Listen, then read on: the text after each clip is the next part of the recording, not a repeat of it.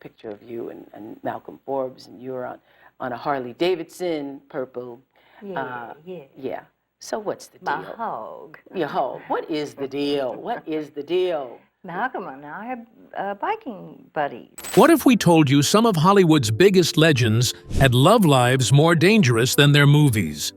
From wild affairs to deadly obsessions, these stars didn't just crave attention, they craved everything. Stay tuned, because by the end, you won't look at these icons the same way again.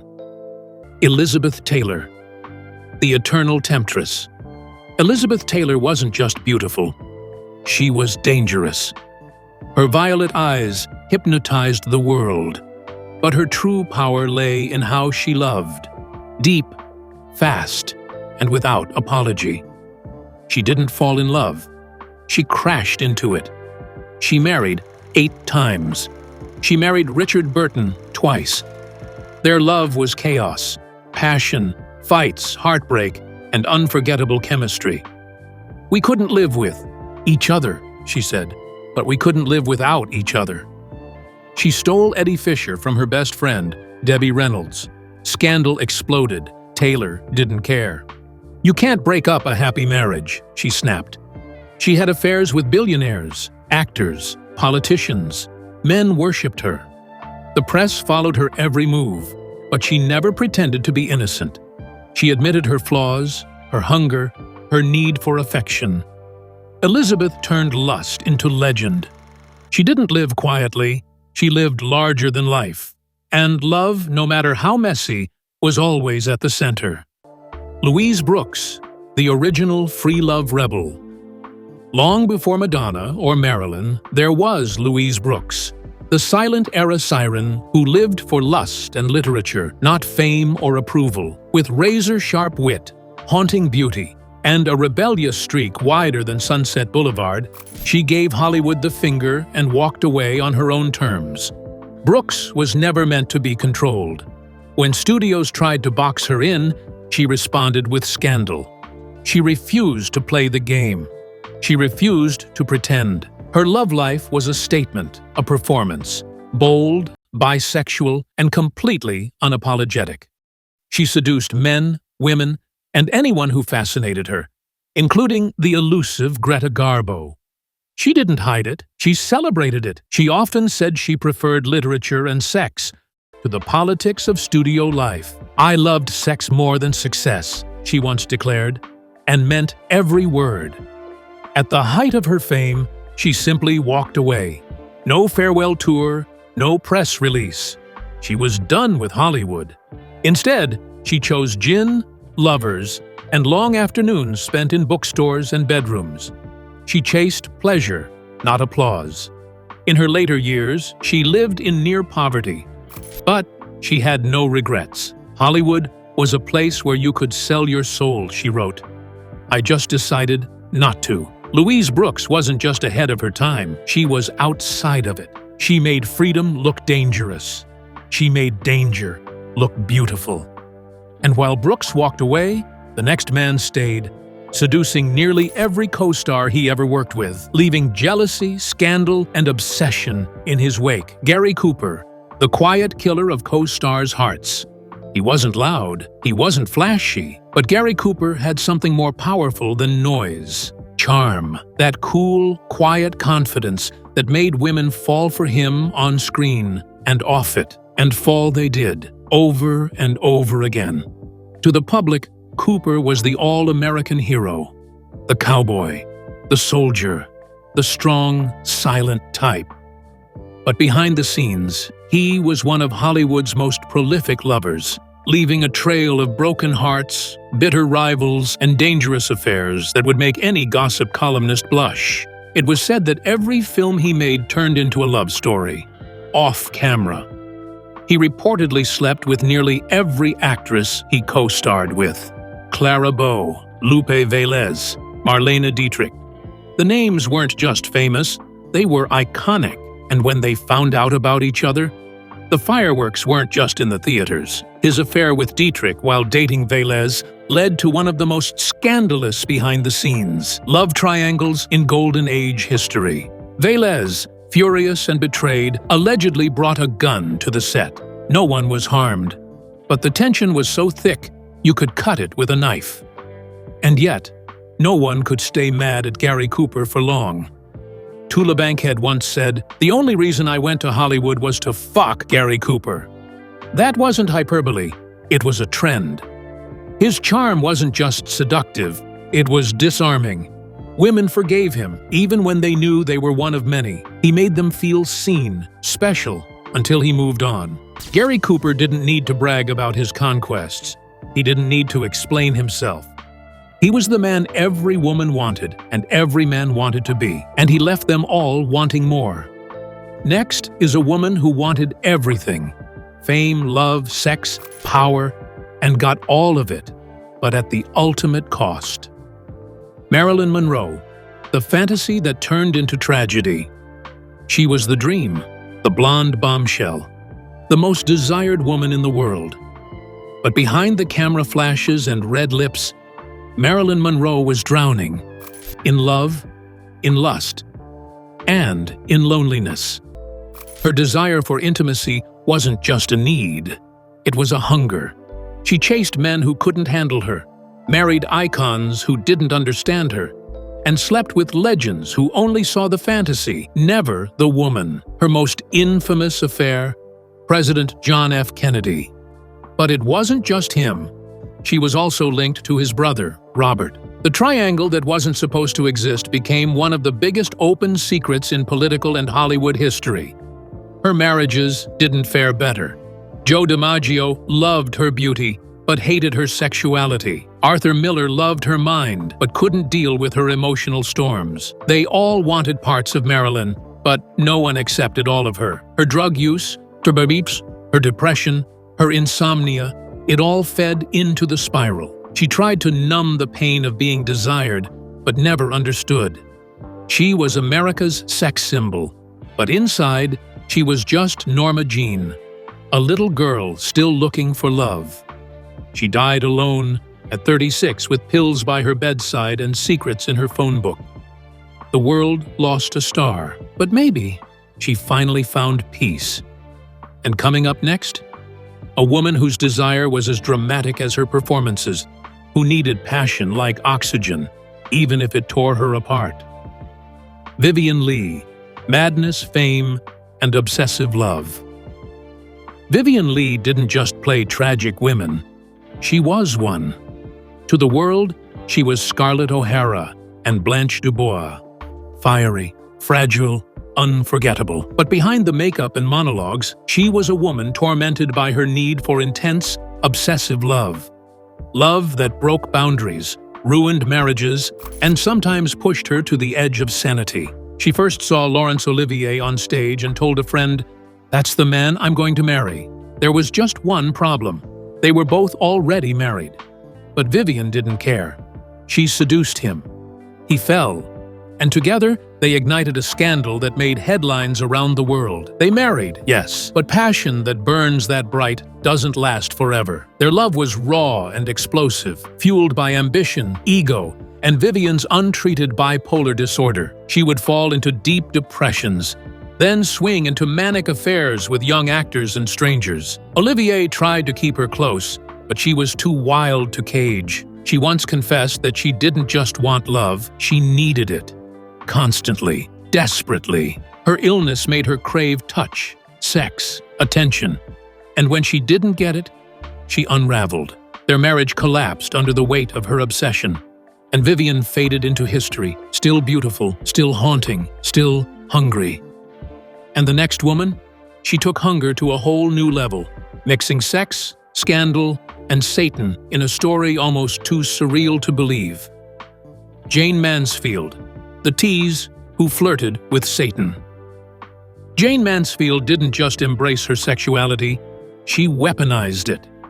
With her platinum blonde hair, bombshell curves, and a laugh that could shake the walls, she was Hollywood's living cartoon fantasy. But behind the cleavage and the camera flashes was a woman who played the game harder than anyone, and made sure everyone knew it. Her lovers were many, from politicians to producers to fellow actors. Rumors swirled about an affair with John F. Kennedy, but Jane never confirmed. She didn't have to. She liked the speculation. It kept her in control. She made headlines not just for who she dated, but how she flirted with danger, literally.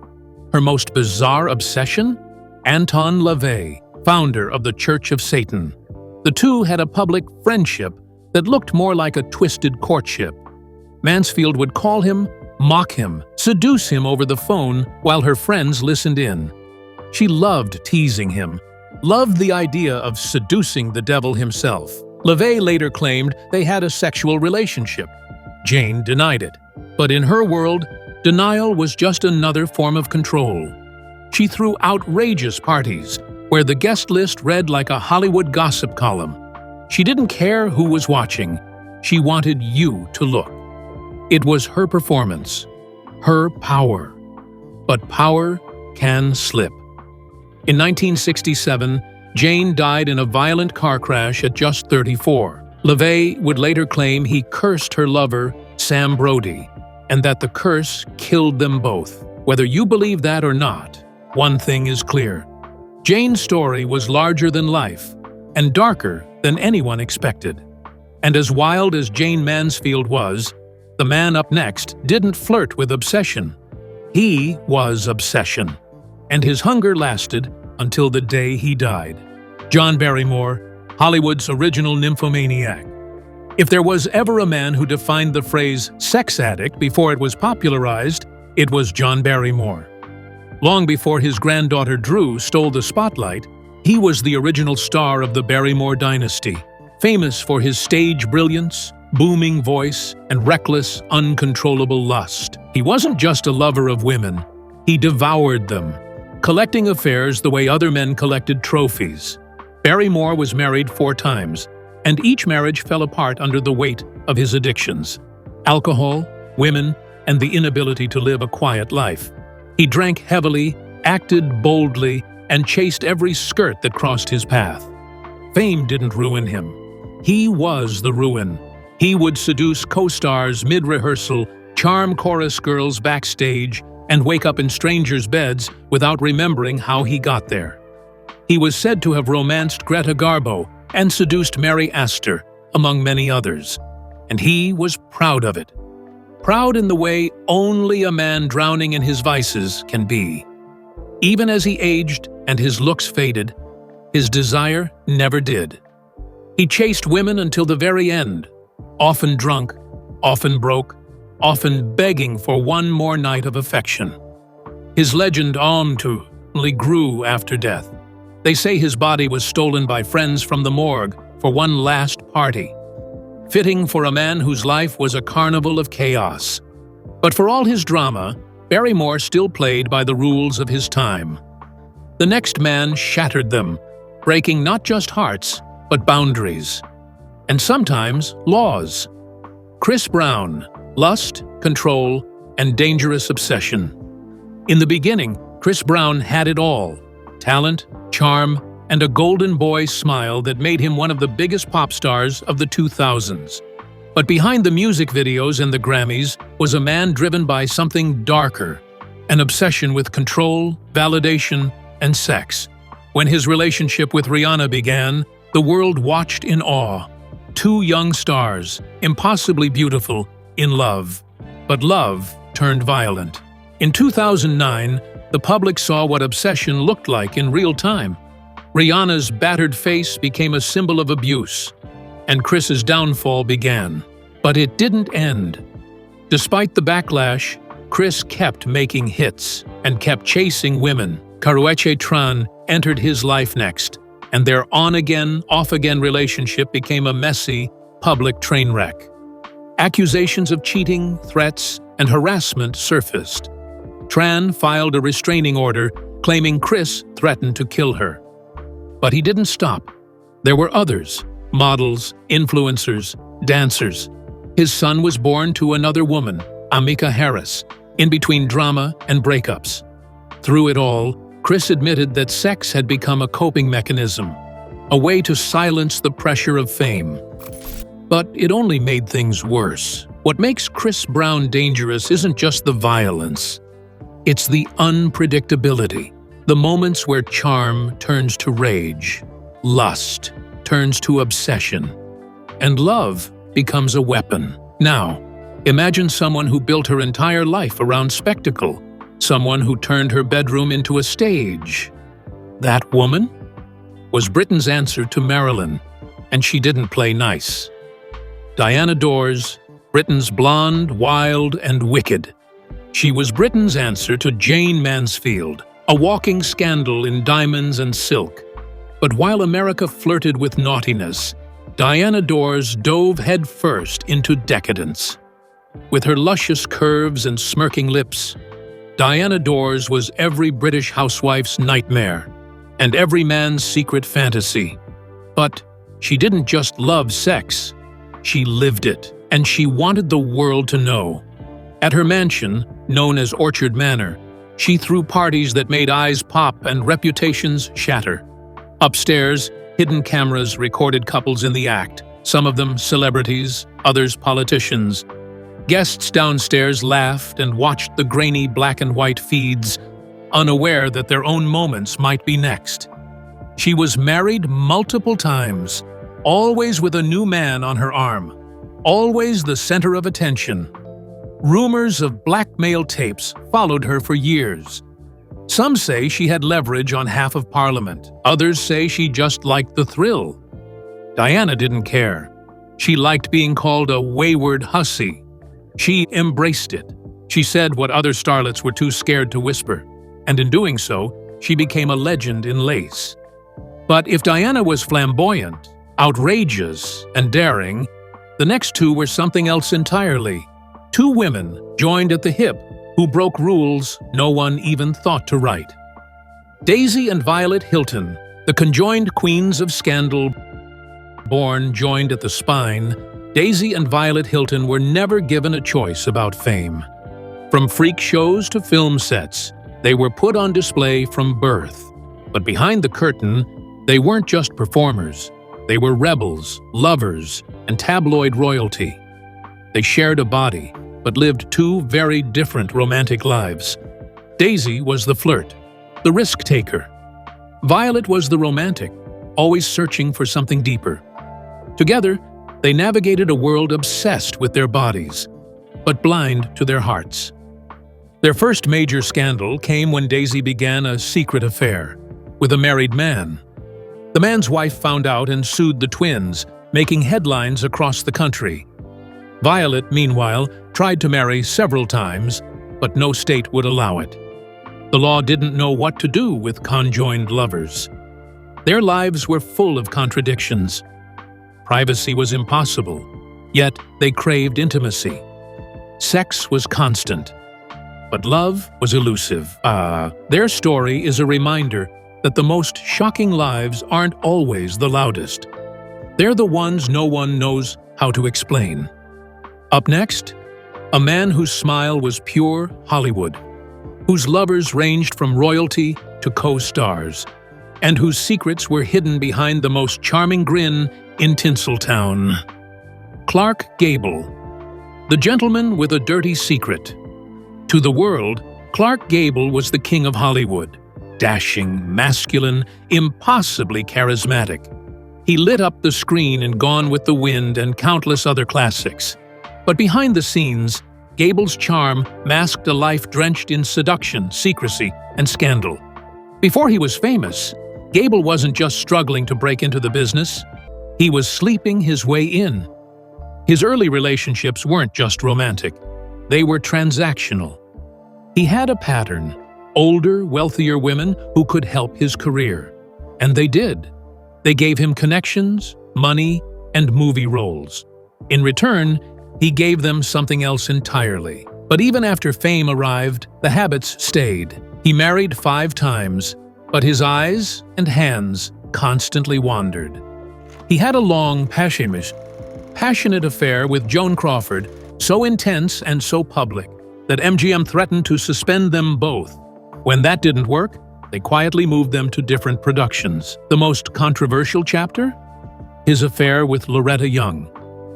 She became pregnant during filming, but because Gable was married, the studio forced her into hiding. She gave birth in secret, and for years, their daughter's paternity was hidden behind lies and fake adoption papers. Gable never publicly acknowledged the child, but his features were unmistakable. Yet somehow, through all of it, Clark Gable's public image stayed squeaky clean. Maybe it was the mustache, maybe it was the grin, or maybe people just didn't want to believe the king had a crown made of secrets. And while Gable kept his scandal behind closed doors, the next man built an entire act on silence and used that silence to hide something far more disturbing. Charlie Chaplin, the silent predator. Charlie Chaplin made the world laugh without saying a word. But behind that iconic mustache and bowler hat was a man whose private appetites were darker than anyone could have imagined. He wasn't just charming, he was cunning. A master of manipulation both on screen and off. And when it came to women, especially young ones, Chaplin crossed every line, repeatedly. He married 4 times. 3 of those women were teenagers. One of them, Lita Gray, was only 16 when he got her pregnant. And to avoid statutory rape charges, he married her in secret. Their marriage was toxic and violent. In her divorce filings, she accused him of sexual perversion and cruelty. The court documents were so explosive, they were sealed for decades. Chaplin also used his power in the casting room. He invented silent auditions where actresses were handed cue cards instead of scripts, cards that quickly turned lewd and suggestive. What started as performance notes became sexual commands. Those who refused didn't get the part. There were orgies, wild nights with fellow scandal magnate Fatty Arbuckle, backroom deals, and casting couch rumors that, for Chaplin, weren't rumors at all. They were reality.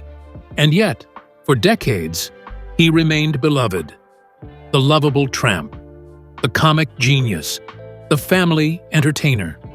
Few knew, or wanted to know, what lurked beneath. But if Chaplin kept his secrets behind a smile, the next man wore his sin like a badge of honor. His name became a euphemism for sleeping your way into trouble. Errol Flynn, in like Flynn, wasn't just a catchphrase. Errol Flynn was the original bad boy of Hollywood. With a pirate's grin, a swagger in his step, and a bedroom reputation that made headlines, he didn't just flirt with scandal, he dove headfirst into it. He was expelled from multiple schools for his affairs with teachers, maids, and older women. By the time he hit Hollywood, he was already infamous for seducing anything that moved. And when the cameras rolled, he didn't stop. He reportedly bedded co-stars during production and was known to vanish from set mid-scene, only to return disheveled and smirking. Flynn's reputation wasn't all fun and flings. In 1942, he was charged with statutory rape of 2 underage girls. The trial was a media circus. He was acquitted, but the phrase, "in like Flynn," was born, and not in a good way. Even as his career declined, his appetite didn't. He drank constantly, boasted about bedding thousands of women, and kept his hedonistic lifestyle alive even as the studios stopped calling. Flynn died young, at 50. His liver was shot, his face bloated, but he never stopped chasing pleasure. To him, love was a game, and every woman was a new prize. But while Flynn was reckless, the next man was calculated. He didn't just love men and women, he collected them. Marlon Brando, the bisexual hurricane of Hollywood. Marlon Brando wasn't a lover. He was a storm, magnetic, unpredictable, and utterly impossible to resist. He had a face that sold fantasies and a heart that refused to settle down. And when it came to sex, he never played by the rules. He slept with women. He slept with men. And he didn't care who knew. From Marilyn Monroe to James Dean to Richard Pryor, Brando's conquests weren't just famous, they were legendary. He was as open about his bisexuality as the times would allow, saying, Like a large number of men, I too have had homosexual experiences, and I am not ashamed. His romances were messy, emotional, explosive. He married 3 times but stayed faithful to none. He fathered at least 11 children with various women, and through it all, he kept searching for validation, for connection, for something deeper than the next thrill. He called sex his only real comfort. But even that wasn't enough. His life was filled with family tragedy, personal loss, and long, lonely nights. In many ways, Brando didn't use sex for pleasure. He used it for survival. And if Brando was the storm, the woman coming next was the wildfire. She scorched through Hollywood, leaving ashes, headlines, and broken hearts behind. Ava Gardner, the love junkie of old Hollywood. Ava Gardner was the kind of woman you didn't date. You survived.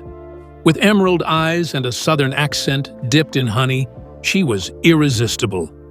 But loving her meant diving into the deep end without a life vest. She married Mickey Rooney when she was just 19. That ended quickly. Then came Artie Shaw, brilliant, cold, controlling. That ended even quicker. Her final husband? Frank Sinatra. That was the love story of the century, fierce, passionate, and doomed. Ava and Frank fought like lovers and lived like legends. One minute they were dining with royalty. The next they were throwing glasses at each other across hotel rooms. Even after they divorced, he never got over her. She was the one, and he knew it too late. Outside of marriage, Ava's affairs were just as infamous. Bullfighters, billionaires, actors, kings. She once said, "I loved men, always too many and never enough." She didn't just crave love, she was addicted to it. She had a reputation for disappearing after one-night stands and reappearing weeks later in a different country, a new lover by her side. She chased adventure, romance, and chaos like they were oxygen. Ava never apologized. She lived on her own terms and burned every bridge with grace. Up next, a woman who didn't just chase lovers, she devoured them. Men, women, power players. No one was safe. Joan Crawford didn't fall in love. She hunted it. Behind the shoulder pads and steel gaze was a woman whose appetite for romance and control was legendary. She didn't just crave affection. She collected people, lovers, husbands, rivals. They weren't just partners. They were pawns in her lifelong game for power and desire. She was married 4 times, but that barely scratched the surface. Off the record, Crawford's list of lovers was longer and far more surprising. She had passionate affairs with men like Clark Gable and director Vincent Sherman, but also with women like Greta Garbo and Barbara Stanwyck. Hollywood insiders whispered about her bisexuality for decades. Joan never confirmed. She didn't need to. Her presence said it all. She seduced with force. Her daughter, Christina, would later claim that her mother used sex as a weapon, something to manipulate, punish, or dominate. She was never just in love, Christina wrote. She was in control. Her relationships weren't about stability, they were about intensity. She needed to feel powerful, even in bed, especially in bed. By the 1950s, as her star dimmed, Joan's obsession with youth and desirability grew darker. She allegedly demanded affairs with younger actors and kept a tight grip on anyone who fell under her spell. In her mansion, romance meant loyalty, or else. And yet, no one could quite resist her. Joan was magnetic. She had the kind of presence that filled every room, every screen, every soul she touched, but she rarely gave love back in the same way. While Joan built empires from her bedroom, the next woman was royalty in her own right, married to a prince, divorced by a legend, and still chasing the kind of passion no palace could contain. Rita Hayworth, the princess with a wild side. Rita Hayworth was Hollywood's dream girl, the pinup on every soldier's wall, the goddess in Gilda. But off-screen, she was a storm of heartbreak and obsession. Born Margarita Cancino, she was remade into an American fantasy. Skin lightened, name changed, past erased. But the real Rita was emotional, impulsive, and consumed by the need to be loved. Her marriages were tragic. She wed Orson Welles, a genius who didn't know how to love her. Then Prince Ali Khan, trading stardom for royalty, only to find herself trapped in a cold, loveless palace. "They go to bed with Gilda," she said, "but they wake up with me." That me was someone who kept falling for the wrong men, cheaters, liars, lovers who burned bright and disappeared. She married 5 times, but none gave her the peace she longed for. She chased passion like others chased success, relentlessly. In her later years, Rita faded from the spotlight. Alcohol and memory loss dimmed the once blazing star. But she never stopped yearning. Love was her greatest gift and her deepest wound. If Rita was the romantic, the next woman was pure fire, beloved by mobsters, haunted by scandal, and followed by one of Hollywood's darkest headlines. Lana Turner, mobster lovers, and murder scandals. Lana Turner didn't just break hearts. She left blood on the floor. With her glamorous looks and sultry voice, she was Hollywood's golden girl with a dangerous edge. Her love life was tabloid gold. 8 marriages, endless affairs, and one shocking night that changed everything. Her most infamous relationship, Johnny Stompanato, a violent gangster with a jealous streak. Their fights were loud, bruising, and constant. Friends begged her to leave. She didn't. Then, in 1958, during one of their explosive arguments, Lana's teenage daughter Cheryl grabbed a knife and stabbed Johnny in the chest. He died instantly. Headlines screamed. Hollywood gasped. A jury called it self-defense. But Lana's image was forever changed. Still, she kept chasing love, kept marrying, kept diving into relationships that always ended in flames. Gangsters, producers, playboys, none could tame her. She never apologized for needing love. She just kept searching for it, even as it destroyed everything around her. The next man didn't need violence or scandal to make waves. He moved in silence and left behind more questions than answers. Cary Grant, the charmer who played both sides. Cary Grant didn't have to try. His smile disarmed, his presence captivated. He defined elegance. But his private life? A mystery soaked in whispers. Married 5 times, yes, but the real story was what people didn't see. For years, he lived with actor Randolph Scott. The photos looked like a couple's vacation album. Hollywood played dumb. But insiders knew. Cary didn't fit into one box. His female lovers were legends. Sophia Loren, Grace Kelly, Betsy Drake. But the emotional bond with Scott ran deeper. Some said it was love. Others said it was survival. Grant once admitted, "I pretended to be someone I wanted to be, until I became that person." But who was he really? A ladies' man? A closeted icon? Maybe both. He never spoke openly about it. He didn't have to. His charm allowed him to live between the lines, wrapped in silk, shadow, and secrecy. Our final entry? A woman who didn't whisper. She shouted. She stole hearts, husbands, and headlines, and never once looked back. Mike Tyson, the beast with a bedroom addiction. Mike Tyson didn't just conquer the ring, he dominated the headlines, the tabloids, and yes, the bedroom. Behind the explosive punches and terrifying stare was a man with an addiction that ran deeper than fame, fortune, or even violence. He once said he needed sex before every fight to stay calm. Not wanted, needed. Whether it was in dressing rooms, hotel suites, or locker rooms, he believed without it, he'd lose his edge. And that belief fueled a pattern of compulsive behavior that shocked even his closest allies. Tyson's marriage to actress Robin Givens was a firestorm of lust and rage. Their relationship, once painted as glamorous, quickly devolved into something more like a tabloid soap opera. Public arguments, accusations of abuse, and a famously awkward TV interview where Givens called him manic-depressive right in front of him. She later described their sex life as uncontrollable, driven by a man with animalistic hunger and no off switch. Outside the marriage, Tyson was no less volatile. His life became a whirlwind of escorts, orgies, and one-night stands.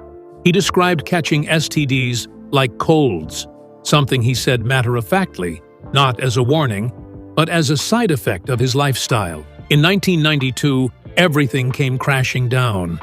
He was convicted of raping an 18-year-old beauty pageant contestant and sentenced to prison. The trial exposed a deeper darkness behind the fame, a man consumed by impulse, unchecked power, and an overwhelming need for domination both in and out of the ring. Yet, Tyson would later reinvent himself, even joking about his past with uncomfortable honesty in his one-man Broadway show. But the shadow of his sexual compulsions still lingers. His story isn't just about victory or downfall. It's about raw, dangerous appetite. And if you thought Tyson was unpredictable, the next woman on our list burned Hollywood's rulebook while seducing both men and women in an era that couldn't handle her fire.